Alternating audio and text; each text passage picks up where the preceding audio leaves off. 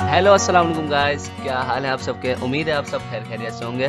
तो हमने last class में क्या क्या पढ़ लिया था, order list, unordered list, nested list पढ़ ली थी, ठीक है। अच्छा, तो मैं इसके बारे में आप लोगों को मजीद कुछ और चीज़ डिफाइन करना चाहता हूँ, मतलब लिस्ट थोड़ा इंपॉर्टेंट चैप्टर है, तो मैंने कहा इसके बारे में थोड़ी सी और चीज़ें डिफाइन करता चलूँ कि आप लोग को और अच्छे तरीके से समझ आ जाए, ठीक है। अब जैसे कि ये आप लोगों को नजर आ रहा होगा कि ये एक ओएल बना हुआ है मेरे पास, जिसके अंदर LI है और जिसमें लिखा हुआ है स्टूडेंट, ठीक है। अब मैं इसके अंदर चाहता हूँ कि मैं यार एक यूएल बनाऊँ इसमें, ठीक है। मैंने इसको हिट एंटर किया और मैंने लिखा UL greater than LI multiply by 4।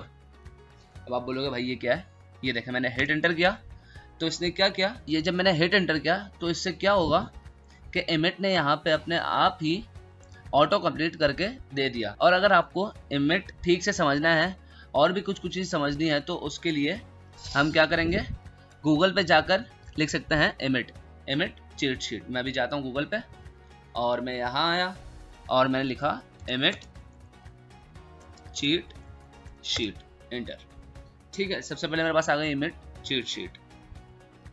अब आप लोग यहाँ पर आकर पढ़ सकते हो कि आप लोगों को इमिट किस तरह काम करता है और क्या क्या चीज़ें हैं इसमें, ठीक है ना। अब मैं इसको थोड़ा सा नीचे करता हूँ, थोड़ा जूम भी कर देता हूँ। अभी आप लोगों को यहाँ पे नजर आ रहा होगा मैं यही वाला यूज कर रहा हूँ, मतलब कि UL greater than LI multiply by 5। तो बेसिकली ग्रेटर देन से क्या होता है कि आपका एक चाइल्ड बन जाता है। ग्रेटर देन कौन सा, ये आपको नंबर 1 पे नजर आ रहा होगा, ग्रेटर देन। ग्रेटर देन से क्या होता है, आपका एक चाइल्ड बन जाता है, ठीक है। देखो चाइल्ड बनाने के लिए ना आप लोग ये वाला साइन यूज कर सकते हो, एंड देन आपको किसी भी एलिमेंट या किसी भी टैग को बार बार मल्टीप्लाई कराना है तो उसके लिए आप मल्टीप्लाई लगा के उतने टाइम उसको मल्टीप्लाई कर सकते हो। ओके, तो अभी आप इसको देखें कि ये वो लिखा हुआ है LI मल्टीप्लाई बाय 5, तो इससे क्या हुआ, एक UL का टैग बना और इसके नीचे LI 5 बार मल्टीप्लाई हो गया। ये कैसे मल्टीप्लाई हुआ, हमने ये शॉर्ट ट्रिक लगाई LI मल्टीप्लाई बाय 5, तो ये इससे मल्टीप्लाई हो गया, LI से 5 बार मल्टीप्लाई हो गया। इस टाइप के और भी इमिट्स हैं, ठीक है, और कुछ कुछ चीज़ें हैं जो हम सीख रहे होंगे इस कोर्स के दौरान। तो आप लोग चाहो तो खुद भी यहाँ आकर समझ सकते हो और अपनी कोडिंग को थोड़ा फास्ट कर सकते हो। तो मैंने कहा आप लोग अपनी कोडिंग को थोड़ा फास्ट कर लो, तो मैंने इसलिए आपको ये थोड़ी सी शॉर्ट ट्रिक भी बता दी, ठीक है। अब हम यहाँ पे चलते हैं, यहाँ पे मैं अपनी वेबसाइट पे आया, इसको मैंने रिफ्रेश किया। अब आप यहाँ पे देखो कि मुझे 4 LI खाली नजर आ रहे हैं, ये देखें, ये आपको 4 खाली नजर आ रहे हैं ना, और इनके अंदर हम कुछ चीजें लिखे हैं। सपोज मैं अभी लिखता हूँ, इंग्लिश के सब्जेक्ट हो सकते हैं verb, non, grammar and adjective, ठीक है। मैं अभी लिख के बताता हूँ आप लोग को। मैंने पहले LI के अंदर लिख दिया एडजेक्टिव, ठीक है। मैं यहाँ पे आया और यहाँ आके मैंने रिफ्रेश किया तो ये देखें आपको नजर आ रहा है वर्ब, नाउन, ग्रामर, एडजेक्टिव।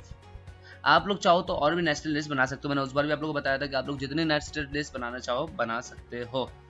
अब एक और काम हम करते हैं, LI मल्टीप्लाई 2 लिखकर 2 और लिस्ट बना लेते हैं। मैं यहाँ गया, मैं यहाँ ग्रामर के अंदर आया और मैंने एक OL लिखा और OL के अंदर मैंने LI मल्टीप्लाई बाय 2 करा दिया, जो अभी मैं आपको शॉर्ट ट्रिक बताई। आपको LI 2 बार लिखना नहीं पड़ेगा, LI मल्टीप्लाई 2 लिखेंगे तो ये 2 बार मल्टीप्लाई हो जाएगा।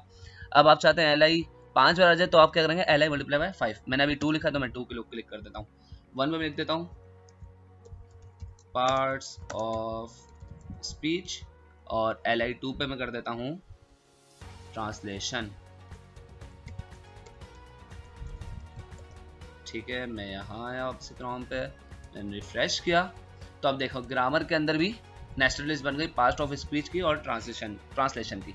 अब आप यहाँ पे देखो कि LI के अंदर आप सिंपल सेंटेंसेस के अलावा भी चीज़ें डाल सकते हो, मतलब आप चाहो तो यहाँ पे H1 भी डाल सकते हो, कोई फर्क नहीं पड़ता। ओके, अब जैसे वर्ब पे, अब मैं जैसे यहाँ पे आता हूँ, मैं यहाँ वर्ब पे आया और मैंने वर्ब को Ctrl+X किया और H1 के अंदर लिख दिया Ctrl+V वर्ब, ठीक है।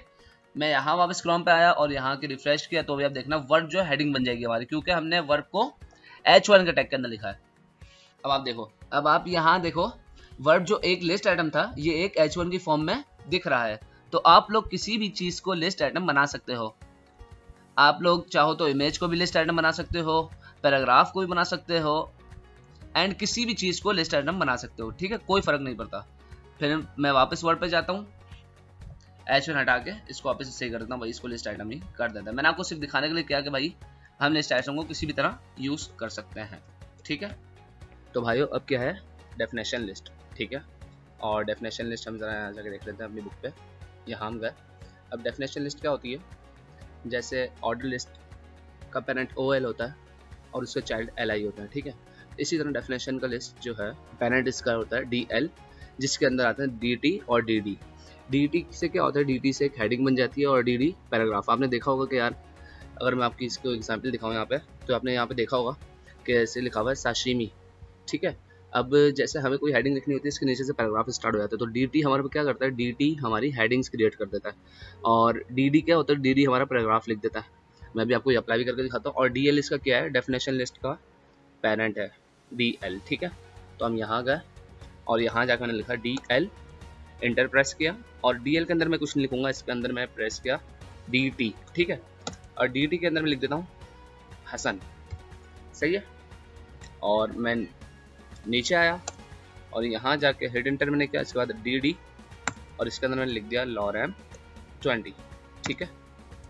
मैं यहाँ जाता हूँ अपनी वेब पेज पे, यहाँ जाके रिफ्रेश करता हूँ, तो अब ये चेक करना, ठीक है।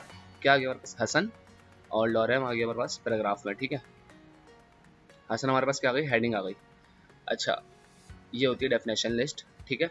लेकिन जब भी हम काम करेंगे DL के अंदर ही करेंगे, DL के बगैर नहीं करेंगे। अच्छा, हम इसको एक DL के बगैर करके देखते हैं। ये मैंने इसको हटा दिया यहाँ से और मैंने डायरेक्ट DT लिख दिया, ठीक है, हसन। और इसको जाके रिफ्रेश करते हैं कि उसने लिखा है नहीं, आप बताएं क्या होगा, DT से हसन लिखा पाएगा या नहीं।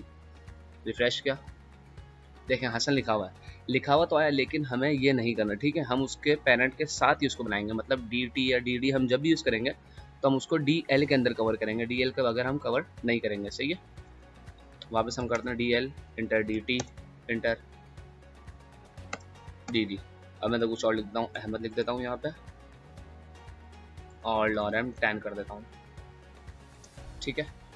और यहाँ जाके रिफ्रेश, तो सही है। डेफिनेशन लिस्ट भी यही होती है और ऑर्डर लिस्ट, अनऑर्डर लिस्ट, ये सारी सेम चीज़ें हमने तकरीबन पढ़ ली हैं। तो अब आपको पता चल गया होगा डेफिनेशन लिस्ट से क्या होता है और ऑर्डर लिस्ट से क्या होता है, अनऑर्डर लिस्ट से क्या होता है। नेस्टेड लिस्ट भी हमने पढ़ ली है, एक लिस्ट के अंदर एक और लिस्ट, ठीक है। तो हमारे पास ये लिस्ट वाला चैप्टर भी एंड हो गया।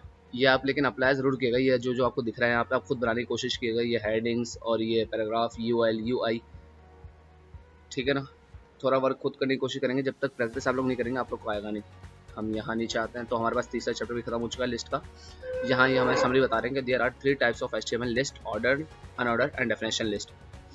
ऑर्डर लिस्ट हमारे पास नंबर के लिए यूज़ की जाती है, अनऑर्डर लिस्ट हमारे पास बुलेट के लिए आती है और डेफिनेशन लिस्ट डिफाइन टर्मिनोलॉजी, ठीक है।